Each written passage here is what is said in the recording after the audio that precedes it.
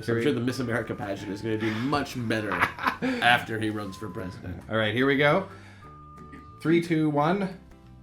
Cheers. Cheers. Hello and welcome to another episode of Between Two Pints. I'm your host, Rob, and with me today is a very, very impressive human being.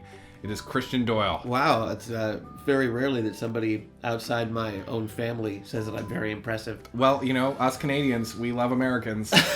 Just like the rest of the world. Yeah, absolutely. It's true. But Christian Doyle here, he was in JourneyQuest and Gamers, and he was also a very special guest in Season 3 of Standard Action. That was a really fun time. I enjoyed that. So let me explain myself. My colleagues and I were trying to create a bridge to your world. Oh, this must be so hard for your primitive brain to understand. We are from a faraway land. Oh, I wouldn't say that's out of the question.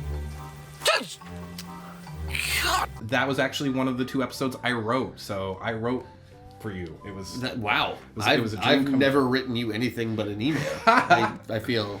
But you also agreed to come on the show, so there was an important email for that. I also made you drive down to Tacoma to do that. It's okay. I've got nothing better to do on a Monday afternoon except play Fallout. And as I told you earlier, you're more important than Fallout 4. See, that you can't ask for a better, testimonial than that. Like he's better than Fallout 4.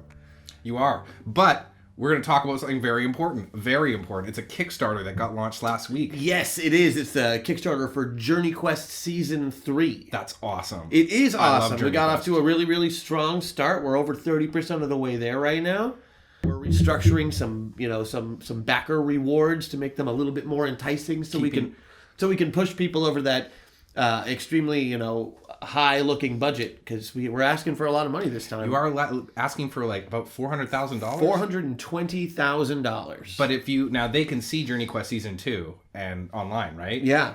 Go watch it. It's great. I love it. There's so many great actors. There's a lot of familiar faces from the Gamers series. Yeah. JourneyQuest Season 1 and 2 are available for free to watch on YouTube pretty much anytime you want to. And you guys should. I've watched it lots. JourneyQuest and the Gamers and the Dead Gentlemen in Seattle were huge supporters of Standard Action. Yeah. No, one of our favorite shows. Yeah, and even the moral support alone that you guys provided was just a huge, and also coming up and being on it. Well, no, that was really just for fun, honestly. Like that was like me and 2 of my best friends in the world, doing what we love to do best, and taking a road trip for the weekend. It was more vacation than it was work. And then standing in a rainforest for 10 hours. Man, have you seen JourneyQuest Season 1? You guys were troopers. Man, that was me standing in a rainy forest for like 2 weeks. Yeah, one day was not a big problem. Yeah, the misery you can see on the characters' faces in Season 1. Real misery. You can't fake that. Yeah, or the hailstorm in Season 2. Real hailstorm. Like set pieces were getting knocked out into the wind. Really? It was That's great. Intense. It was great, and I get to be a part now. Directing that tradition. And that's actually what I wanted to talk about next, is you aren't just acting as Perf the Wizard. Yeah, I'm also going to be directing this season. I didn't know you were a masochist. I didn't know I was either, but Matt Vancel... Helped you discover that? No, Matt Vancel basically just told me, like, hey, look, I want you to do this because I can't do it. And if you don't do it, we're not making it. So I was like, oh, that's no pressure at all. Okay, I'll do the job. It's scary. I think you can do it. I think so too. This won't be my first feature, so that's nice. Like I've directed before at this point. What? Yeah, and you were actually involved in another really exciting project that. I filmed a mockumentary on a set of another movie called Attacking the Darkness, about a religious group that decides to make a movie about the evils of role-playing games. D&D is evil. I'm more of a Pathfinder person, so that's why I can say that. Sorry, I'm sorry. It's okay. I'm a Pathfinder too, but it was the evils of role-playing games in general, not just D&D. And I don't want to start the edition wars. I don't believe in those. You don't believe in edition wars? They happened. I know. And I think if you ignore them, that's like people saying Vietnam wasn't real. It's true, but we should just all come together in the love of being nerds and pretending to be wizards. Yeah. God, I love pretending to be a wizard. hopefully you'll be doing more of that in the next few months. I'm looking forward to hopefully doing that sometime in the next few months. Yeah. And so just a quick recap now. Attacking the Darkness is this fake mockumentary thing you... Yes. Well, it's a real mockumentary. Yeah. It's a fake documentary. And that's going to be out really soon and available on the web somewhere. Yeah, you can find that. You can at least look at the trailer for it on attack-thedarkness.com. We'll put a link to that in the comments, as well as, of course, JourneyQuest Seasons 1 and 2 and the Kickstarter. Usually in the last part of the show, we like to talk like speculative. And I want to leave this on an exciting note. So we were talking earlier now, you're asking for $500,000, which is a lot of money for a film project. Yeah. But realistically, for anybody in the industry, that's nothing. That means that my PA and my director, which I guess is me, we all make exactly the same amount of money. It's like, here you go. Here's minimum wage for everybody. Yeah. And people are incensed because I have to pay people minimum wage. Yeah, and that's really great of you guys to do that. But it's not great of us to do. It's something that we should be doing. It's true, but narrative projects like this, like there's always going to be passion. Like even for the $500,000, you're going to be going well above and beyond any money you're making. Trust me, I've done more than one movie completely for free, and it's a lot of work for almost no payout.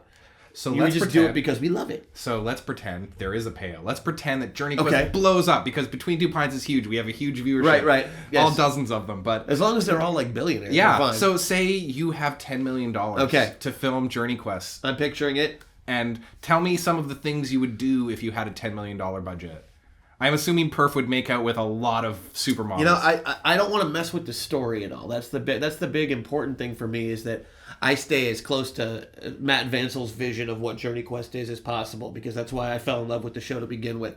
So I would not have Perf making out with lots of ladies on screen. That would be completely off screen. Right. Excellent. That would be completely off screen. But I would get to shoot the entire script. That first and foremost, I'd be able to pay everybody's scale. I would be able to have, maybe the unions involved in a better way. Yeah.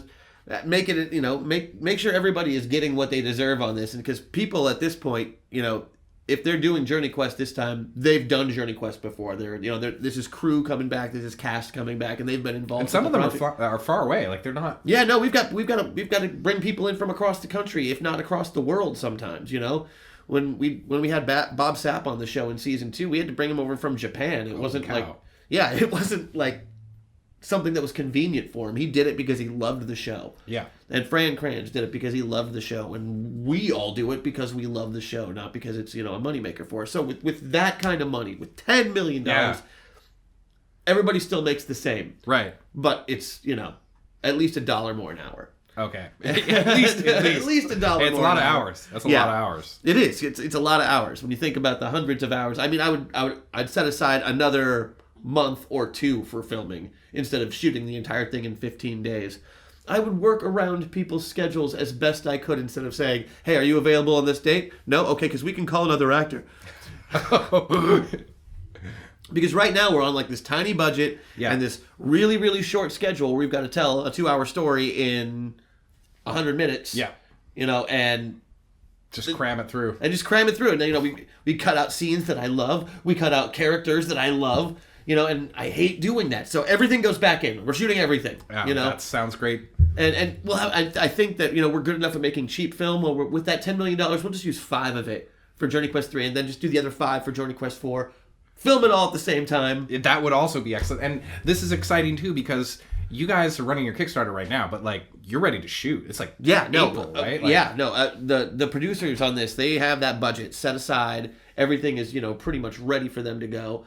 The actors have all been notified. They're just waiting for the, yes, we're going to do this. Yes, no, we're not going to do this. And I want to say, yes, we're going to do this. Yeah, that's my whole goal.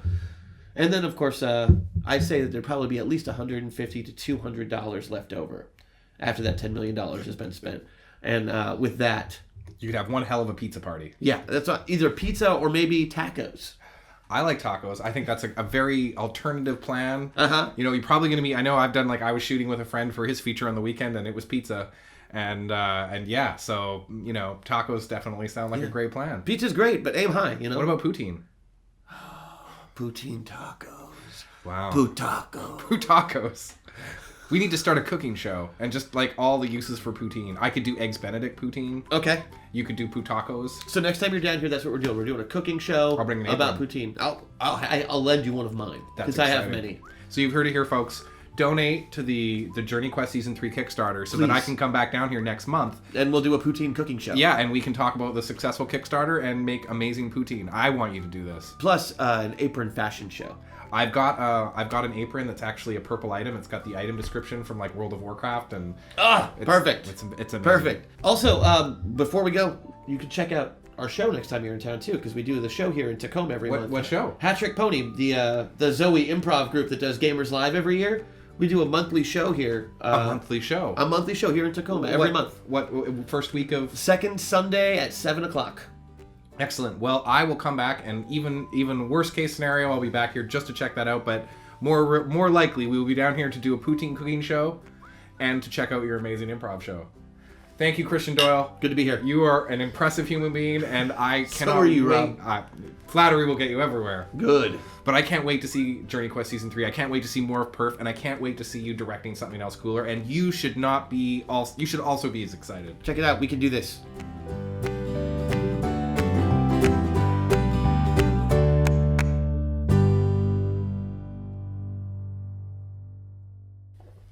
Yeah, it's 9%.